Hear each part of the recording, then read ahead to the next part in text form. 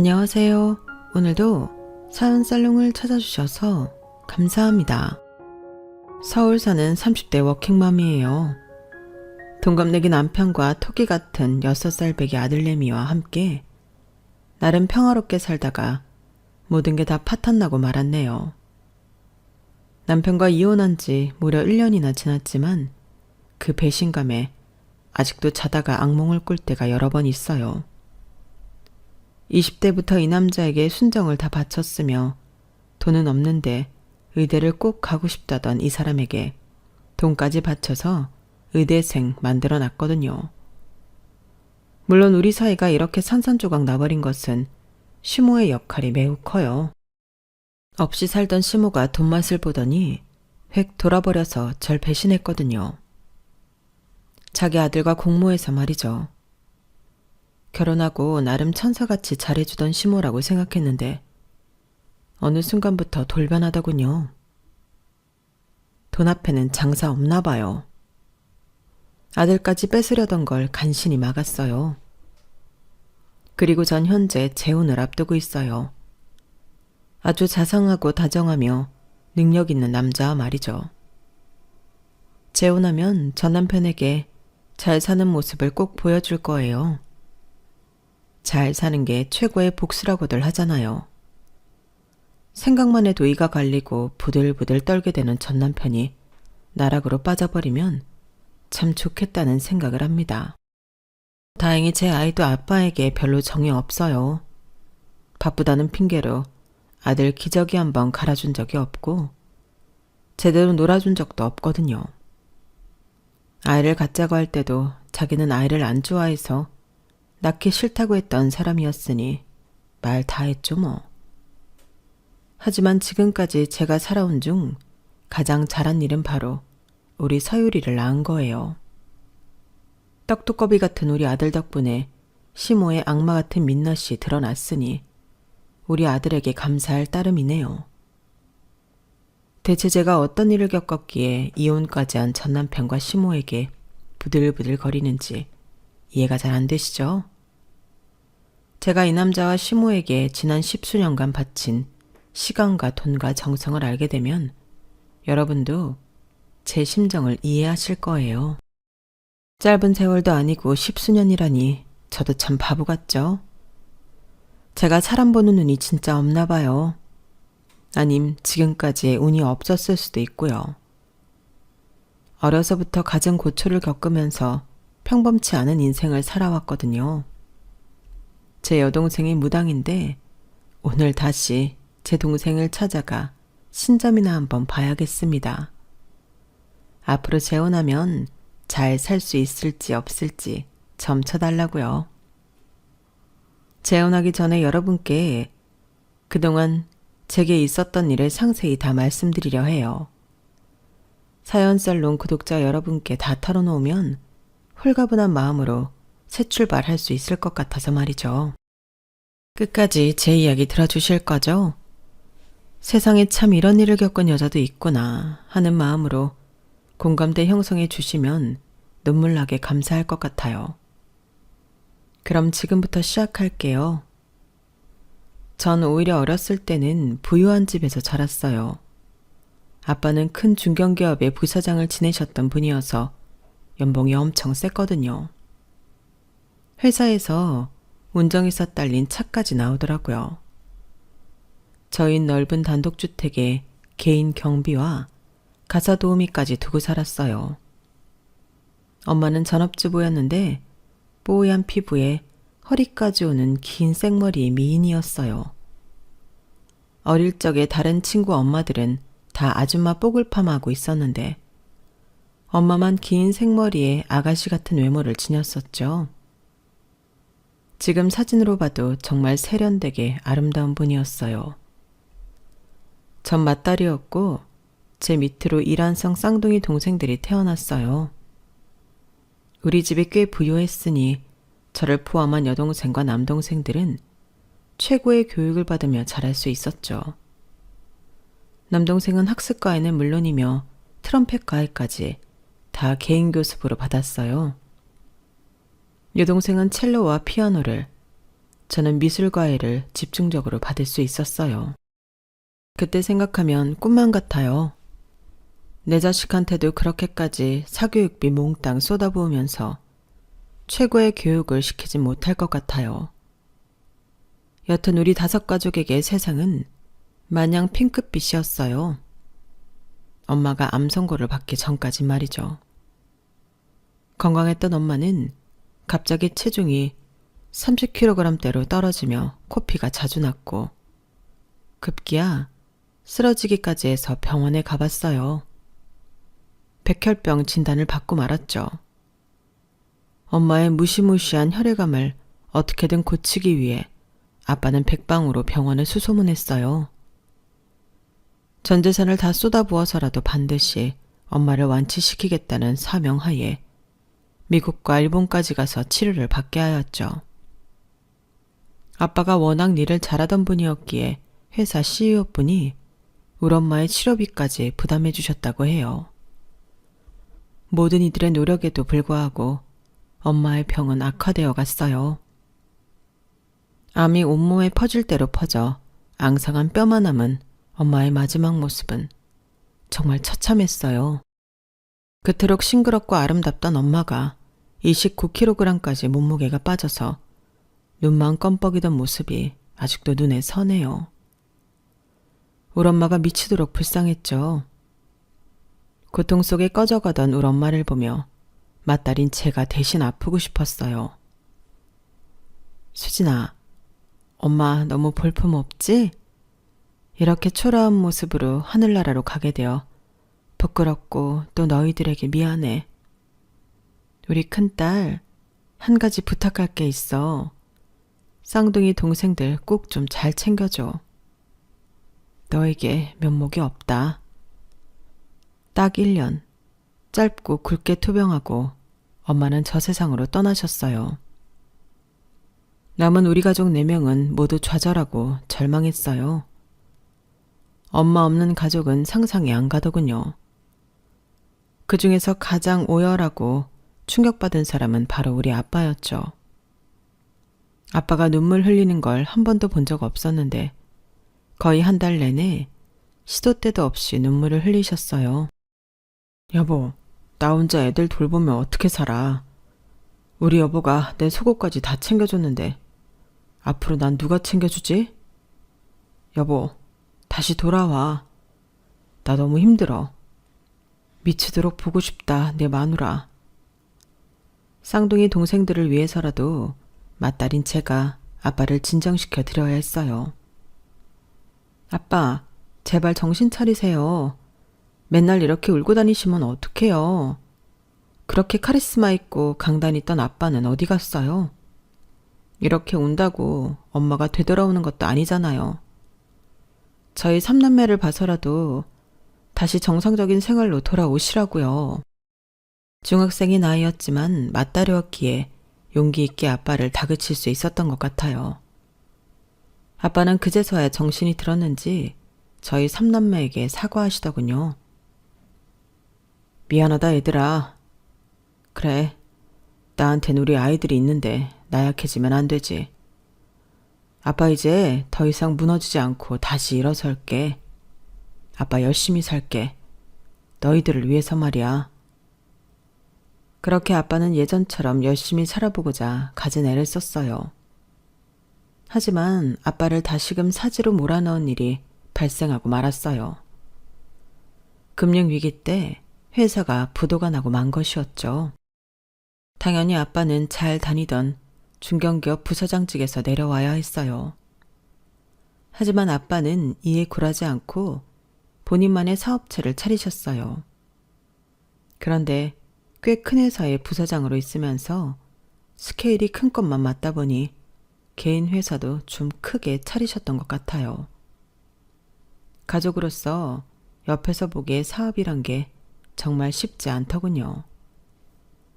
사무실에서 거의 기거하다시피 일에 매달렸지만 처음부터 너무 욕심을 부려 시작하다 보니 아빠의 사업체는 금세 폭삭 주저앉고 말았어요.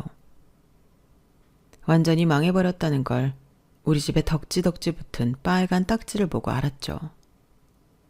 아빠는 압류딱지를 붙이러 온 사람들을 보고 절규했어요. 그건 안 돼. 우리 애들 아끼란 말이야. 그것도 손대지 마. 하늘로 간 우리 와이프 유품이란 말이야. 당장 꺼져라 이놈들아. 그 사람들이 나쁜 사람들인 건 아니었지만 우리 가족에겐 저승사자나 다름없었어요. 그날의 충격으로 아빠가 쓰러지셨거든요. 아빠, 이렇게 쓰러지면 어떡해요. 제발 눈 좀 떠보세요. 쌍둥이 동생들도 놀라서 고사리 같은 손으로 다급하게 아빠의 심장을 내리쳤어요. 전 119에 신고를 했고 구급차를 타고 응급실로 갈 수 있었죠.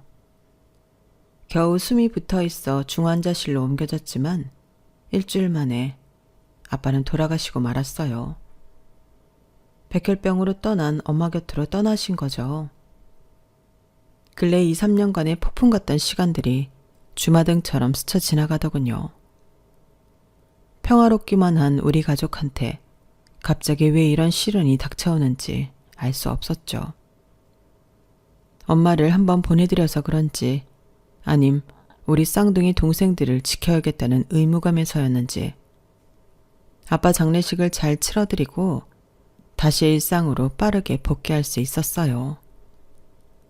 물론 아빠의 사업이 폭삭 망한 탓에 정말 처참한 일상이었지만요. 당장 먹을 쌀이 없어서 동네 주민센터에서 얻어와야 했어요. 그마저도 매일같이 얻어올 수는 없었기에 삼남매가 라면으로 버티는 날이 허다했죠. 밥 먹기 싫다며 빵이나 과자를 달라고 엄마한테 조르던 옛 시절이 그립기까지 하더군요. 저희 아빠가 잘 나가고 우리 집이 부유했을 때 돈 빌려가고 했던 친척들한테 연락도 해봤어요. 좀 도와달라고 말이죠. 그랬더니 돌아오는 반응은 가관이었어요. 남보다 더 못하더군요. 야, 네 아빠가 처제인 나한테 사업한다고 꿔간 돈이 얼마인 줄이나 알아? 무려 3천이야, 3천.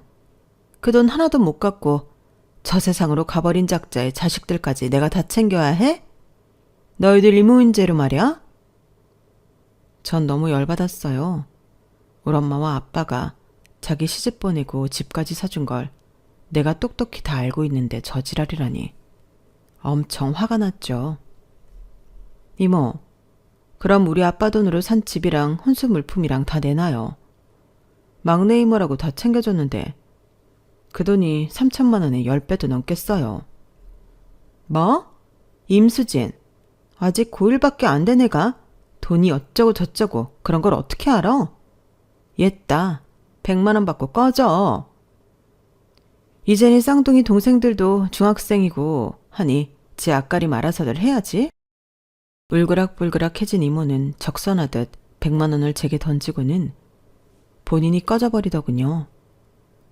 하여튼 그 이후로 남한테 손 벌리지 않고 내 쌍둥이 동생들 학교 보내고 먹여 살리기 위해 제가 고등학교를 자퇴하고 알바에 뛰어들었어요.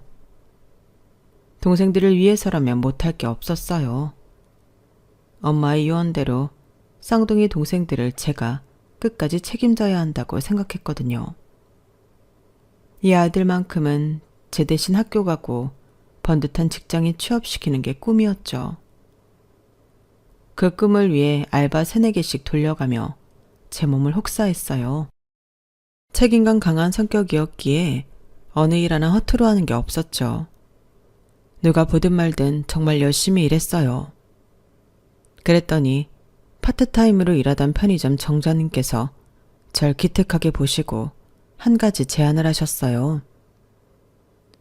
수진아, 너 알바 3-4개 한다며? 잠도 제대로 못 자가면서 말이야. 그렇게 버스 타고 알바자리 찾아서 돌아다닐 게 아니라 그냥 여기서 쭉 풀타임으로 하는 게 어때? 물론 밤 시간대엔 다른 남자 알바를 1명 쓸 거야. 네 시급도 더 올려줄게. 수진이가 워낙 일을 잘해서 그래. 나 10년 넘게 편의점 운영하면서 이렇게 책임감 있게 일해주는 알바생 처음 봤다. 솔직히 감동이었어. 편의점 사장님의 제안으로 그래도 밤 시간에는 집에 가서 잘 수 있게 되었네요. 수익은 그전보다 조금 더 좋아졌고요. 잠이라도 6, 7시간 자니 사람이 좀 살 것 같더군요. 이제 동생들을 위해 집안일이라도 더 깔끔하게 해줘야겠다고 생각했죠. 그러던 어느 날 너무 가슴 아프게도 제 쌍둥이 여동생 찬미가 놈 여기저기가 안 좋아지기 시작했어요. 하혈부터 시작해 아픈 곳은 몸 이곳저곳으로 옮겨 다녔죠. 당최 어느 병원 무슨 과를 가야 할지도 모를 정도로 온몸 곳곳이 돌아가면서 아팠어요. 더욱 답답한 사실은 병원에 가서 종합검진을 받아봐도 뚜렷한 원인을 찾을 수 없다는 거였어요. 하혈을 하고 코피가 나고 실신을 하며 쓰러져도 응급실에서 조치만 하고 집에 돌아와야 했죠. 원인을 알 수 없으니 미칠 노릇이었어요. 제가 하루 종일 편의점 알바를 하고 허리띠를 졸라매며 동생들 고등학교 잘 다니라고 케어하는 게 무색해졌어요. 여동생 찬미는 너무 아파 학교를 못 가는 일이 많아졌죠. 함께하다 길을 찾지 못해 속는 셈 치고 동생과 함께 신점을 보러 무당집에 갔어요. 차라리 그곳에 갔더니 숨이 탁 트이는 느낌이 들더군요. 웬 할머니 무당이 저와 여동생을 보자마자 한마디 하더군요. 왜 지금에서야 왔어? 지금까지 뭐하다 왔냐 이 말이야. 얼마나 기운이 세든지 이 골목에 인연이 들어서자마자 내 주변에 신들이 웅성웅성 대더라. 얼른 저기 가서 옷 갈아입고 나와서 신에게 절드려. 그렇지 않으면 더 언제까지 살지 장담 못해. 여동생은 무서워서 제 뒤에 숨었고 제가 다시 여쭤봤어요. 저 말인가요? 제가 옷 갈아입고 절드리면 될까요? 그랬더니 무당은 제 동생을 딱 집으며 말했어요. 아니 너 말고 뒤에 저 꼬마 무당 말이야. 이제 곧 20살 되면 정식으로 일하게 해줄 테니 일단 신부터 바꾸보세. 더 이상 아프기 싫으면 순순히 받아들여. 그게 저 무당의 운명인 걸 어쩌냐. 내 동생이 무당이 될 팔자라니 다리에 힘이 풀려 주저앉고 싶은 심정이었어요. 내 동생 공부시켜 대학 보내기 위해 갖은 애를 쓰고 있었는데 동생의 삶뿐만 아니라 저의 삶의 방향성까지 송두리째 흔들리는 기분이었죠. 동생은 그날부로 신내림을 받고 무당이 되었어요. 그 과정에 제가 지금까지 조금씩 모아놓은 돈을 다 쏟아 부어야 했죠. 어쨌든 내 동생이 아프지 않고 살아갈 수 있다면 그걸로 만족했어요. 동생은 제게 한없이 미안해했고 저도 제 동생에게 미안하고 죄스러워지더군요. 정식 무당이 되어 옷을 곱게 차려입고 있는 동생의 손을 잡고 하염없이 울었죠. 미안해 찬미야. 언니가 널 지켜주지 못해 정말 미안해. 혹시 무당인 너에게 엄마의 음성이 들려오거든 엄마에게도 너무 죄송하다고 전해드려. 아니야 언니. 이게 내 운명인걸. 그리고 무당은 그냥 내 직업일 뿐이야. 나랑 찬영이까지 우리 쌍둥이 동생 먹여 살리느라 언니가 너무 고생 많았어. 이제 내 앞가림은 내가 할 테니 너무 걱정하지 마. 여지껏 언니가 엄마 역할까지 해줘서 정말 고마워. 이 은혜 평생 잊지 않을 거야. 쌍둥이 동생 중 여동생인 찬미가 무당이 되어 독립해서 나가게 되고 남동생 찬영이는 고등학교 졸업 후 전문대 방사선과에 합격하게 되었어요. 찬영이도 스스로 알바해서 학비와 생활비 된다며 제가 용돈 쥐어주는 것도 안 받더라고요. 기특한 동생들이었죠. 그렇게 마음의 짐을 덜고 편의점 알바 생활을 계속하고 있었어요. 그 편의점 건물엔 고시원도 있었는데 고시원에 사는 한 남자가 거의 편의점에서 상주하다시피 하며 제게 대시해 오더군요. 그동안 동생들 먹여 살리느라 정신없어서 그의 마음을 받아줄 여력이 없었어요. 그 남자가 어떤 사람인지 속사정을 알고 싶지도 않았죠. 그런데 하도 끈질기게 구해야 하니 그의 말이나 한번 들어보자며 따로 만나게 되었어요. 제가 측은지심이 강한 사람인데 그의 안쓰러운 상황이 제 동정심을 강하게 자극하더군요. 만나주셔서 감사해요, 수진씨. 제 이름은 박세민이라고 해요. 수진씨 23살이라고 하셨죠? 저도 동갑이에요. 전 수학교육과에 다니다 의대를 꼭 가고 싶은 마음에 재수 3수를 하고 있는 실정이죠. 그게 마음대로 잘 안 되니 휴학하고 일단 군대를 다녀왔어요. 전 공부를 계속하고 싶고 집안에 돈은 없고 아니 참 난감하네요. 일찍이 혼자 되신 어머니는 리어카에 건어물 떼다가 팔고 계세요. 엄마를 생각하면 의대고 뭐고 다 때려치고 얼른 사범대 수학교육과 졸업하고 학교 선생이나 되어야 하는데 꿈이 잘 포기가 안 되네요. 똑똑하신 분이신가 봐요. 수학교육과도 아무나 가는 게 아닌데. 전 엄마 아빠 다 돌아가시고 동생들 뒷바라지 하느라 고등학교도 중퇴하고 돈만 벌고 있네요. 우리 서로 갈 길이 먼데 연애는 사치인 것 같아요. 그냥 좋은 친구로 지내는 게 어때요? 서로 응원하면서 말이죠. 그건 안 돼요, 수진씨. 나 수진씨한테 약속 하나 할게요. 만일 수진씨가 나랑 사귀어주면 나 이번에 수능 잘 봐서 꼭 의대 합격할게요. 진짜 맹세해요. 수진씨가 내 머릿속에서 떠나질 않아서 공부가 잘 안 된단 말이에요. 다른 사람이 채갈까봐 무서워서 편의점에서 지키고 서 있는 거 못 보셨어요? 우리가 공식적으로 연인이 되면 제가 마음 편하게 공부에 매진할 수 있을 것 같아요. 제발 사람 하나 살리는 셈 치고 사귀어주세요. 네? 제발요, 수진씨. 한 번도 남자를 사귀어 본 적이 없으니 사귀고 나면 어떻게 데이트를 해야 하는지도 잘 몰랐지만 하도 사람 하나 살려달라고 애원을 하니 그냥 오케이 했어요. 내가 가지 못한 대학을 다니던 사람이고 내가 잘 보지 못하던 수학도 잘한다고 하니 엄청 똑똑해 보였던 것도 사실이고요. 처음에는 멋모르고 사귀게 되었는데 막상 연인이 되니 제가 박세민이라는 이 남자에게 푹 빠지게 되었어요. 제 인생에서 첫 남자이자 마지막 남자라고 생각했고 남친에게 올인하게 되었죠. 남자 경험이 좀 있었다면 그래도 덜 충성을 했을 것 같은데 너무 바보같이 희생만 한 것 같아요.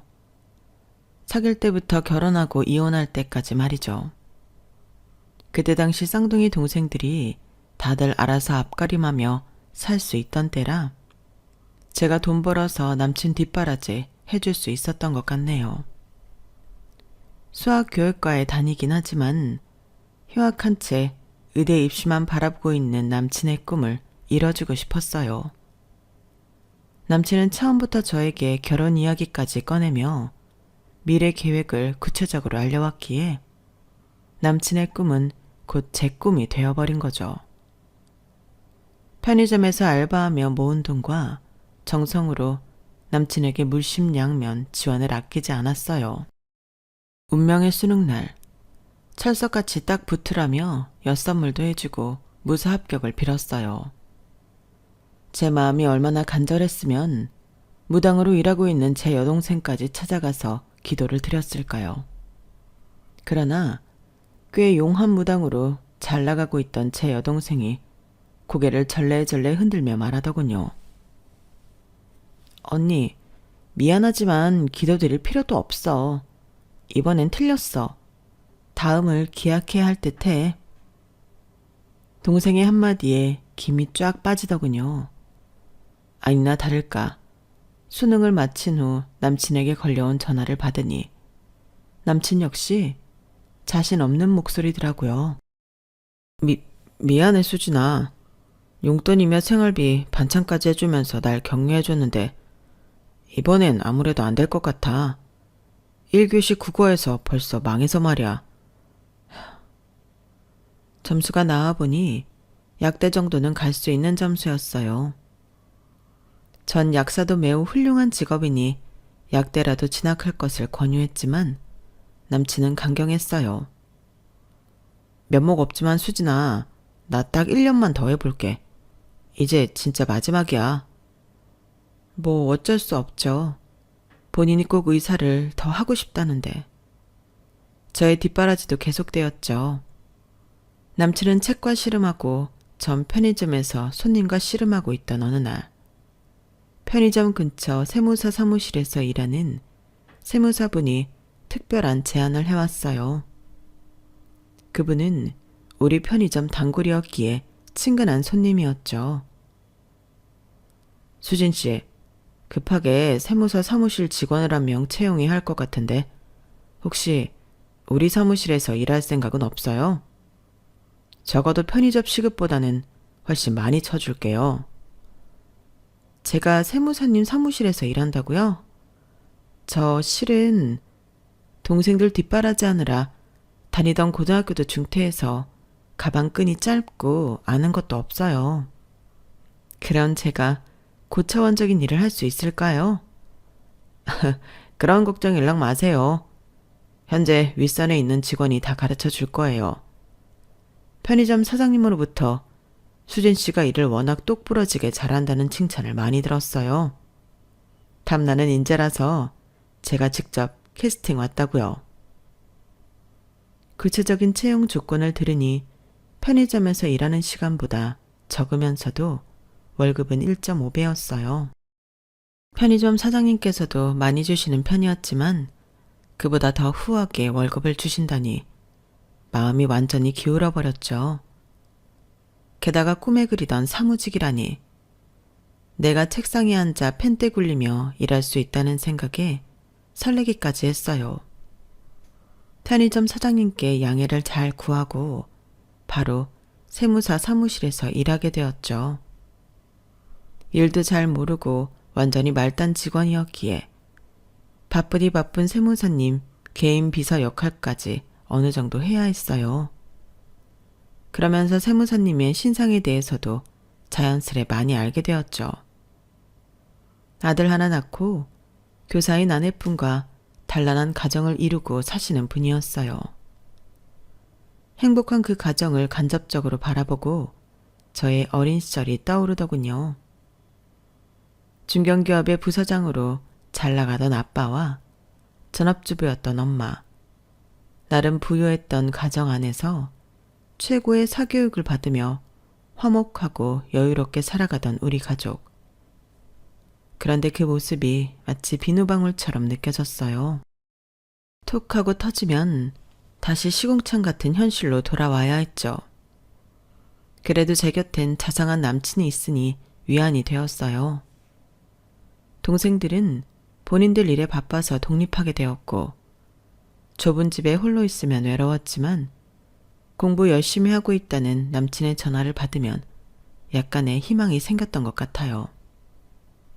남친이 나중에 의사가 되면 제 어릴 적 우리 집처럼 따뜻하고 여유롭던 가정을 다시금 가질 수 있겠지 하는 희망 말이죠. 그렇게 저한텐 다소 지루했고 남친한텐 절실했던 1년의 수험기간이 지나고 다시금 운명의 수능날이 다가왔어요. 이번에는 오버하지 않고 조용히 남친을 응원해 주었어요. 그런데 오전 중에 알리지도 않은 여동생에게 전화가 오더군요. 언니, 그동안 남친 뒷바라지 하느라 수고했어. 이름이 박세민이라고 했지? 이번엔 뭐가 좀 보여. 아슬아슬하게나마 붙을 것 같아. 이 남자와 함께 넘어야 할 산이 많다. 어쨌든 한 고비는 넘긴 것 같아. 축하해. 제 여동생이지만 이럴 때 보면 참 신기하더라고요. 한 오후 4시쯤 수능이 끝나고 남친에게 전화가 왔어요. 수진아, 자기야, 나 필이 좋아. 왠지 될 수도 있을 것 같아. 남친은 실제로 원하던 의대에 추가 합격할 수 있었고 드디어 의대생이 되었어요. 남친이나 저나 드디어 고생 끝이라고 생각했지만 의대 학비가 장난이 아니더군요. 게다가 남친이 월등하게 장학금을 받을 점수도 아니었기에 등록금을 다 내야 했어요. 남친 엄마는 리어카로 건어물 판매하며 하루 벌어 하루 먹고 살기 바빴으므로 아들의 등록금을 내줄 생각도 안 하더군요. 이 또한 한동안은 제 몫이었네요. 그 이후부터는 남친이 과외 알바를 해서 본인이 충당했지만 말이죠. 그렇게 세월은 흐르고 흘러 드디어 의대를 졸업하고 인턴, 레지던트를 밟아야 할 시기가 오자 우리 사이엔 구체적인 결혼 얘기가 나왔어요. 사실 그때까지 계속 교제하고 있었기에 남친이 본인 엄마한테 절 소개시켜 줄 만도 했지만 그렇게 하지 않더군요. 한 번은 대놓고 물어보기도 했어요. 우리가 사귄 게 몇 년인데 날 자기 엄마한테 한 번도 소개시켜주지 않는 거야? 내 존재가 부끄러워? 이제 의사 될 날이 얼마 남지 않았다는 거야? 아니야, 수진아. 무슨 말을 그렇게 해. 내가 누구 덕분에 의대에 올 수 있었는데. 나 그래도 양심은 있는 놈이라고. 내가 우리 엄마를 얼마나 많이 막아줬는데. 뭐? 대체 뭘 막아줬다는 거야? 내 얘기 어머님께 드렸구나? 어머님께서 날 싫어하시는 거야. 맞지? 아니, 그런 게 아니고 싫어하신다기보단 그냥 워낙 어렵게 살아오신 분이라 의사 애들 부잣집에 장가 보내고 싶은 마음이 좀 있으신가 봐. 우리 엄마 불쌍한 사람이니까 수진이가 조금만 이해해줘. 자기도 어렵게 자라봐서 그 심정 잘 알잖아. 100번 양보해서 남친 엄마의 심정을 이해한다고 해도 서글프고 서러웠어요. 남친에게 이 이야기를 들은 후 전 제가 좀 더 적극적으로 어필해야겠다고 생각했어요. 사귄 지가 몇 년이고 내가 남친을 위해 희생한 게 얼만데 이제 와서 다른 여자한테 뺏기긴 싫었거든요. 우리 세무사 사무실에서 퇴근 후 남친 엄마가 리어카로 건어물을 판매하고 있다는 곳으로 찾아갔어요. 어머니 안녕하세요. 저 세민 씨 여자친구 임수진이라고 합니다. 처음 뵙겠습니다. 사귄 지 오래되었고 세민 씨가 이미 어머님께 저에 대한 이야기도 말씀드렸다고 하여 용기 내서 찾아왔어요. 제가 일손을 좀 돕고 싶어서요. 당연히 남친 엄마는 당황한 기색이 역력했어요. 곧 저에게 싫은 티를 팍팍 내시더라고요. 다 들었어요. 우리 아들한테. 아가씨나 나나 가방끈 짧은 건 마찬가지이니 어렵게 빙빙 돌려 말 안 하고 그냥 대놓고 말할게. 이렇게 찾아와서 내 일손 도울 거 없어. 이런다고 점수 딸 줄 알아? 당장 우리 아들하고 헤어져요. 내가 몇 번이나 우리 세민이 통해서 말했는데 아직도 전달이 안 됐나 보네. 대체 몇 년 동안이나 계속 만나고 있는 건지 참 거머리가 따로 없네. 이러다 뱃속에 애라도 배워서 우리 의사 아들 발목 잡는 거 아닌가 몰라? 우리 아들 채가겠다는 부잣집 딸내미들 줄 섰으니 애시당초 침 흘리지 말라고. 거머리라니. 머릿속이 매우 혼란스러웠어요.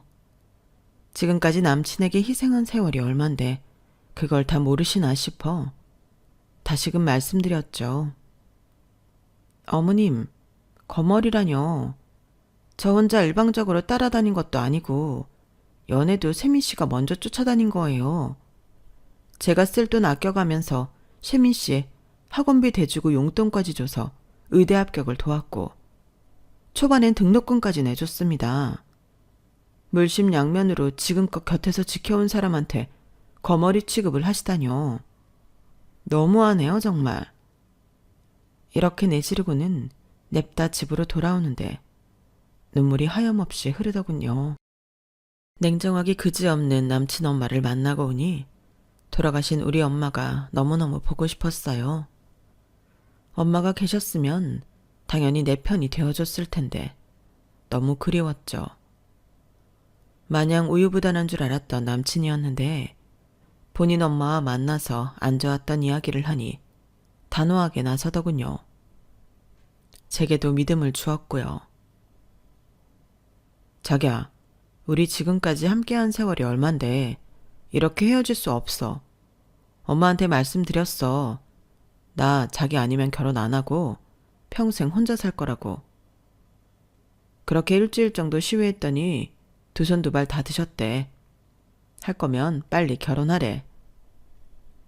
미래의 시모에게 반협박으로 결혼 허락을 받아낸 게 마음속으로 찜찜했어요. 그래도 아주 바쁜 인턴 시절은 끝내고 결혼하자 싶어 1년을 더 기다리기로 했죠.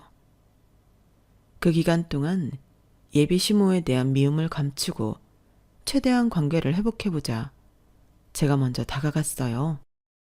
예비 시모는 옛날 사람이라 너무 고지식하게 장사하는 것 같아서 인터넷으로 판매하는 법도 가르쳐드렸어요. 그 밖에 건어물 판매하는 팔로를 이리저리 개척하게끔 도와드렸죠. 그 결과 매출은 당연히 수직 상승했어요. 예전엔 리어카만 끌고 개고생하며 하루 종일 서서 장사하던 수준과는 다른 수익 창출이었죠. 시모가 가장 좋아하는 게 돈인데 전보다 꽤 큰 돈을 만져드리게 하니 시모는 점점 저에게 마음을 열더군요. 아우, 얘가 장사에 소질이 있구만. 내가 만져보지도 못한 돈을 벌게 해주다니.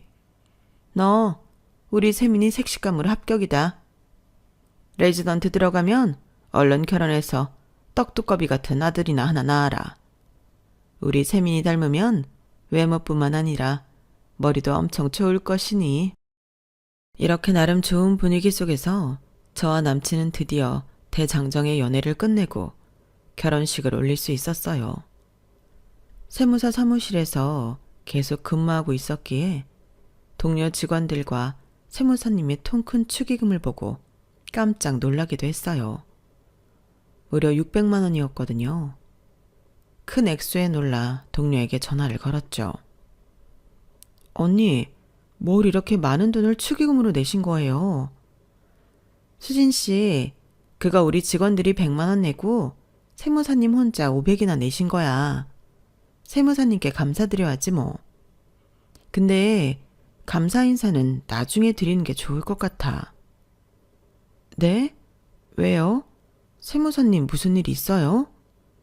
지금 세무사님 완전히 멘붕에 빠지셨어. 사무실 분위기도 장난 아니야. 사모님이 글쎄 친구와 여행 가다가 교통사고로 돌아가셨는데 알고 보니 바람피던 남자와 같이 여행을 가다가 사고가 난 거지 뭐야. 와이프 이런 충격도 큰데 한동안 바람까지 피운 와이프라니 웃어야 할지 울어야 할지 참. 세무사님과 그 아들만 불쌍하다니까.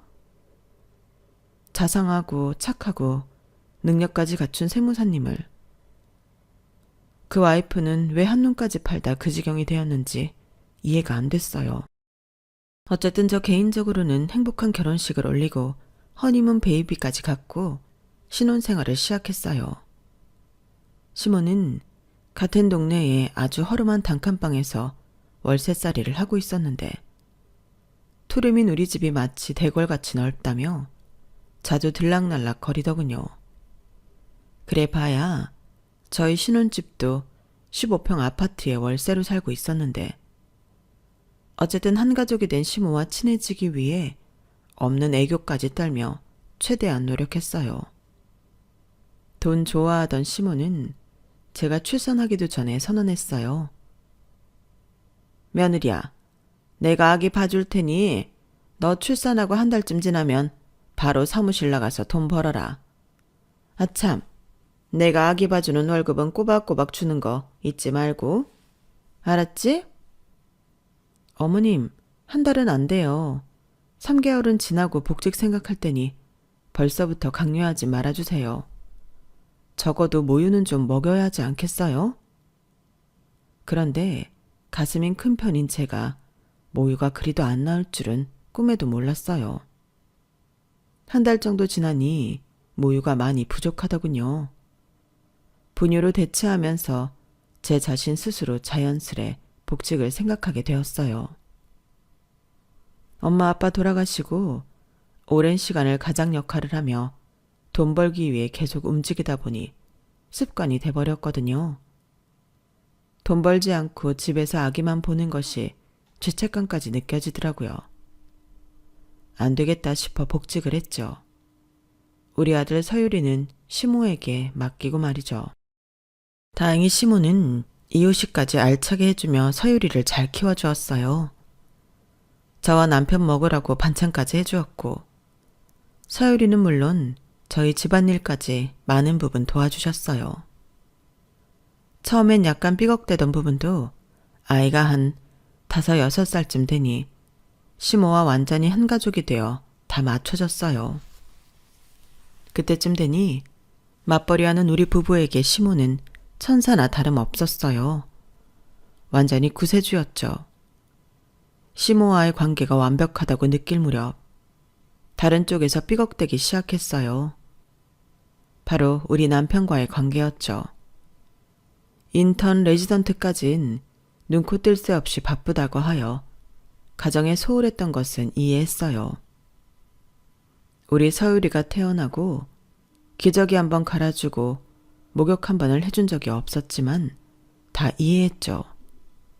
그런데 페이닥터가 되자 자기가 개원을 할 능력이 안 된다는 점에 뭔가 열등감이 폭발했는지 승질머리까지 더러워지더군요.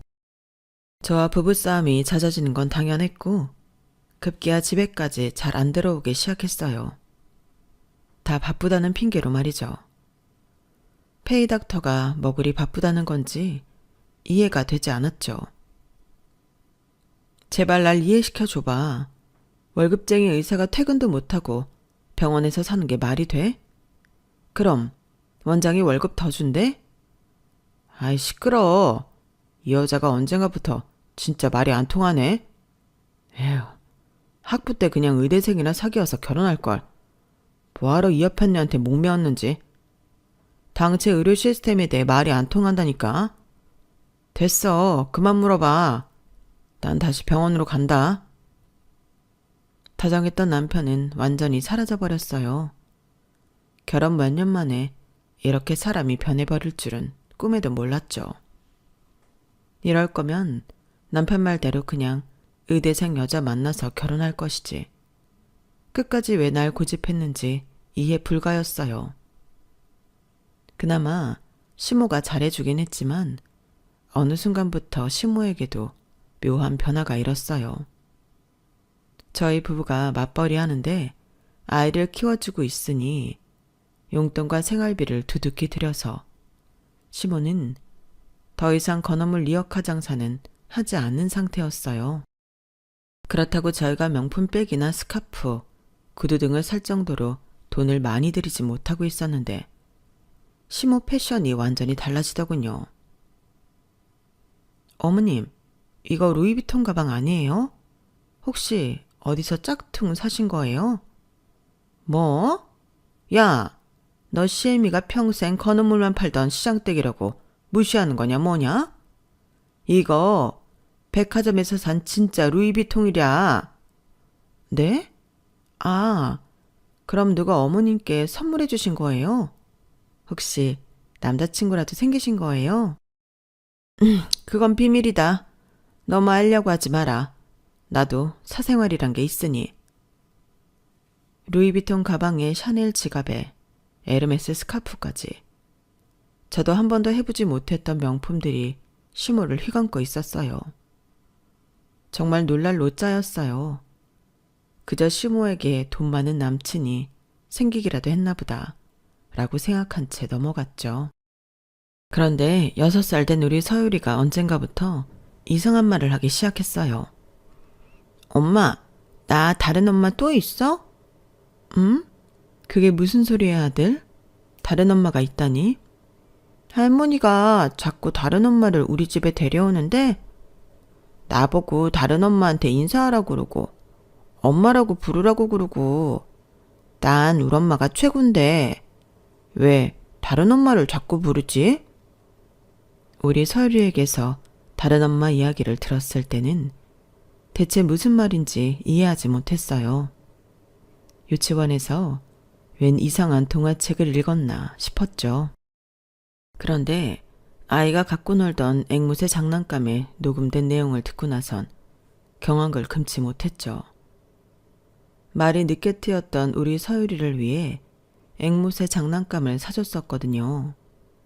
그 장난감에는 녹음 기능이 있었거든요. 시모와 웬 다른 여자 목소리가 녹음돼 있더군요. 아우, 예쁜 세라야. 우리 세민이 만나서 데이트 몇 번 해보니까 어릴 때 만날 때랑은 느낌이 다르지? 우리 세민이 이혼시키고 너랑 재혼해서 애 키우고 살면 얼마나 여유롭고 화목한 가정이 완성되겠니? 지금 며느리는 부모도 없고 보잘것 하나도 없는 애야. 돈 좀 몇 푼 쥐어주고 이혼시키면 넙죽 받고 물러설 거다. 어려울 것도 없다고. 사유리는 네가 키우고 말이야. 어머님, 안 그래도 제가 불임으로 이혼하고 40대 중반이라 애도 못 낳는 나이가 되니 아기 있는 남자랑 재혼하고 싶은 마음이 커지더라고요. 어리게만 봤던 세민 씨도 절 여자를 보는 것 같으니 이혼만 빨리 완료되면 말씀해 주세요. 그동안 세민 씨랑 데이트나 하며 기다리고 있을게요. 그래, 나만 믿으렴. 근데 이번에 너희 아버지가 사업을 더 크게 확장하셨다며? 야, 이제 몇백억이 아니라 천억대 부자는 되겠구나. 아유, 그럼요, 어머님. 돈이 돈을 버는 거라고. 사놓은 부동산 자산만 해도 수백억은 되는걸요. 땅값이 따박따박 저절로 올라지더라고요. 이 말도 안 되는 이야기를 듣고 전 부들부들 떨렸어요. 제발 무슨 몰래카메라라도 됐으면 좋겠더라고요. 이게 내 시모와 남편과 관련된 이야기라는 것이 믿을 수 없었고 배신감에 치가 떨렸어요. 그 다음날 이 앵무새 장난감을 들고 출근했어요. 너무 소중한 증거였으니까요. 저도 모르게 세무사님을 개인적으로 독대하며 엉엉 울며 이 내용을 들려드렸어요. 제가 전문직이라고 아는 사람은 세무사님 뿐이었으니까요. 어쩌죠, 세무사님? 당장 이혼하고 이 인간들을 벌받게 하고 싶은데 혹시 아는 변호사라도 있으신가요? 대체 어찌해야 할 바를 모르겠네요. 아니, 이런 몹쓸 인간들이 있나. 걱정 말아요, 수진씨. 내가 아는 인맥 다 동원해서 도와줄게요. 일단 이 내용을 다시 잘 녹음해 놓읍시다. 따로 녹음을 해놓고 앵무새 장난감을 갖고 시모한테 갔어요. 병원에 있는 남편도 당장 시모네 집으로 오라고 했어요. 오지 않으면 병원을 엎어버리겠다고 협박하면서 말이죠. 그리고는 이 내용을 그들 앞에서 틀어주며 시몬의 코딱지만한 집을 다 엎어버렸어요. 그래야만 속이 다 풀릴 것 같아서 말이죠. 어머님, 그리고 이 미친 새끼 박세민 너. 돈 많은 40대 여자랑 놀아나면서 내 새끼 뺏어서 나만 따돌린 채 재혼하려 해? 이 미친놈아. 내가 너한테 우리 서유리를 뺏길 것 같아? 그리고 잠잠히 이혼해 줄 것 같아? 깽판 다 부리고 뜯어낼 거 다 뜯어내고 이혼할 거야. 나도 너 같은 짐승이랑은 살기 싫다고. 개만도 못한 인간들 같으니라고. 모든 수단을 다 동원해서 망하게 할 거야. 자기야, 오해야. 그냥 몇 번 만나서 데이트 좀 한 거라고. 우리 잘난 의사들한테 그 정도는 바람핀 것도 아니야. 여자들이 얼마나 많이 들러붙는다고. 그래, 이 미친놈아. 지금도 녹음하고 있으니 어디 한번 그 주둥이 나불거려 봐라. 아우, 얘 며느리야, 미안하다. 다 없던 일로 할게. 우리 아들 앞길만 막지 말아다오. 그 착하고 순한 며느리는 어디 가고 웬 호랭이가 나타났어. 호랭이요? 호랭이가 아니라 악마의 화신도 될 수 있어. 당신들이 날 이렇게 미치게 만든 거라고. 잠자코 이혼해주진 않을 테니 진흙탕 싸움 한번 해보자고. 전 그 후로 시모와 남편을 괴롭히는데 모든 전력을 다 쏟아부었어요. 세무사님이 그 과정에서 여러 인맥을 통해 도와주셨고 손해배상도 충분히 받았고 한마디로 뜯어낼 거 다 뜯어내고 이혼을 할 수 있었죠. 그로부터 몇 개월 후 코로나에 걸려 시모는 바로 사망했다고 하더라고요. 그 소식을 듣는데 슬프지도 않더라고요. 전 남편은 그 40대 여자한테 차였고 여전히 페이닥터를 전전하고 있다고 하고요. 제가 그 40대 여자한테 가서도 개지랄을 했었거든요. 정말 전 남편과 헤어지는 과정에서 미친년처럼 굴었네요. 그렇게라도 해야 내 분이 풀릴 것 같아서 말이죠. 그렇게 장렬하게 저의 첫 남자와 끝을 내고 다시금 일상으로 돌아왔어요.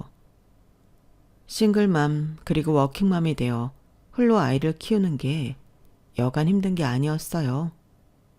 다행히 아직 싱글인 여동생이 많이 도와줬어요. 그리고 또 한 사람, 물심양면으로 저의 삶 전반에 많은 도움을 줬던 세무사님께서 제 인생에 훅 들어오셨네요. 이혼이 다 마무리되고 바로 제게 프로포즈 하셨어요. 그동안 많이 힘들었죠. 제가 수진 씨에게 힘이 되어주고 싶어요. 서유리한테도 좋은 아빠가 되어줄게요. 우리 아들이랑도 좋은 형제지간으로 지낼 수 있을 거예요. 제 프로포즈를 거절하지 말아주세요, 수진 씨. 그동안 수진 씨를 보면 따뜻한 마음이 뭉클하게 들곤 했는데 아마 그게 수진 씨를 좋아하는 마음이었던 것 같아요. 이젠 사랑으로 바뀌었지만요. 폭풍우 끝에 맑은 햇빛이 한 줄기 제게 비추는 느낌이었어요. 이 사람에게 기대어 심적으로 쉬고 싶다는 생각이 많이 들었어요. 프로포즈를 받고 그 앞에서 많이 울었네요. 그동안의 회한이 한꺼번에 밀려왔거든요. 이렇게 절 위로해주는 사람은 없었어요. 제 동생들이며 전 남편이며 우리 아들이며 언제나 제가 그들을 달래주어야만 했죠. 세무사님이 남친이 되고 아직 혼인신고나 재혼을 한 건 아니지만 가족끼리 많이 어울리면서 천천히 가까워지고 있어요. 우리 아들 서유리가 세무사님의 외동아들과 친형제처럼 잘 지내는 모습이 너무 감동이더라고요. 고맙고 또 고마울 따름이죠. 지금 사람으로 인해 힘든 시간을 보내고 계신 여러분들이 계시면 그 관계를 빨리 정리해서 쓰레기통에 쳐 넣어버리세요. 사람은 사람으로 잊혀지는 것 같아요. 훨씬 더 좋은 사람이 나타날 겁니다. 장담해요. 지금까지 저의 인생 이야기를 함께 들어주셔서 진심으로 감사드려요. 여러분, 오늘도 수고 많으셨어요. 힘내자고요. 여러분, 사연 댓글에 응원과 현명한 조언 부탁드려요. 좋아요와 구독은 저에게 큰 힘이 됩니다. 오늘도 좋은 일 가득하세요.